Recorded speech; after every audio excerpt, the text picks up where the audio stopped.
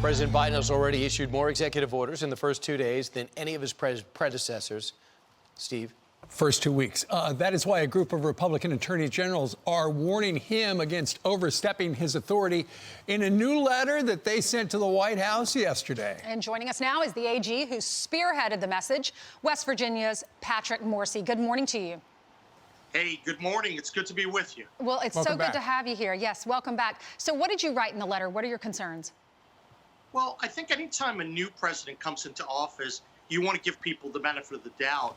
But what we've seen in the first week alone is deeply disturbing. So we laid out the limits of the executive authority because what this president is becoming known for within 1 week is that he's willing to go to all ends to use his executive authority to implement his ideas. And I'm deeply worried about that because the impact of jobs across so many states in America, what he's doing to advance the Green New Deal, and I think this is just the beginning. We're going to begin to see him use this on major issues throughout his presidency. We wanted to set out the guideposts so he knows that if he takes steps that are inconsistent with the Constitution or the statute, we're going to step up. And we are that last line of defense with the House and the Senate not in control of folks who are willing to stop the Green New Deal.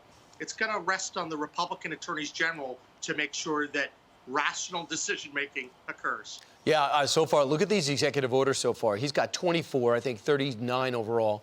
Donald Trump 6, Barack Obama 5, George Bush 2, and we see it goes down from there. So in particular, you guys came up a lot yesterday because they were talking coal and very dismissive way in which John Kerry was talking about. You don't want those jobs anyway. He's got others. What is the line for West Virginia citizens to cross? Drilling on public lands? Is it the shutdown of coal, unilateral shutdown of coal plants? Well, look, I think we've seen in the last week already, most of the decisions will have a negative impact on the American economy, but they really hit West Virginia hard. When you talk about the Paris Accords, that's trying to send a message to further shut down coal. Talk about the Keystone Pipeline. While most of the impact of that is outside of West Virginia, there is real impact in West Virginia, which has deep Marcellus shale opportunities. And then you look at yesterday, the oil and the gas permits. It's sending a message that this administration is going to go after fossil fuels and related manufacturing jobs. And that's where we step up, because every time you hear John Kerry or Joe Biden talk about these new jobs or let them do data, it's the equivalent of let them eat cake.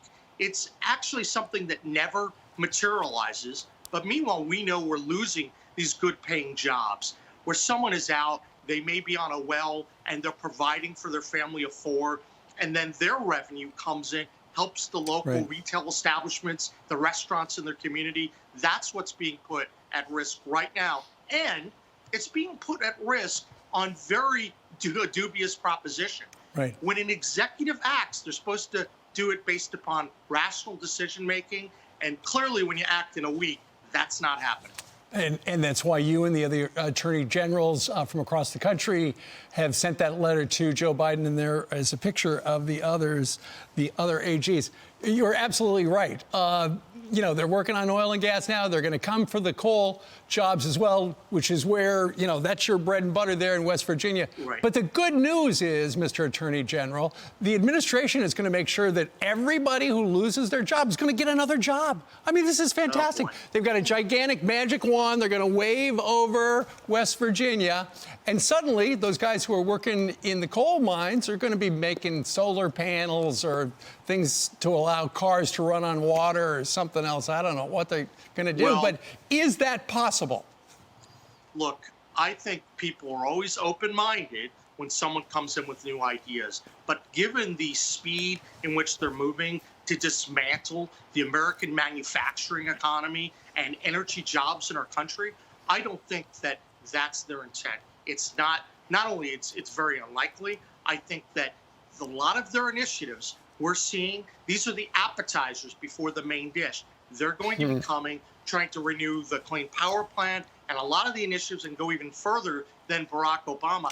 I don't think they could come up and develop enough jobs to make up for the loss we're going to see in West Virginia, New Mexico, Pennsylvania, hard hit.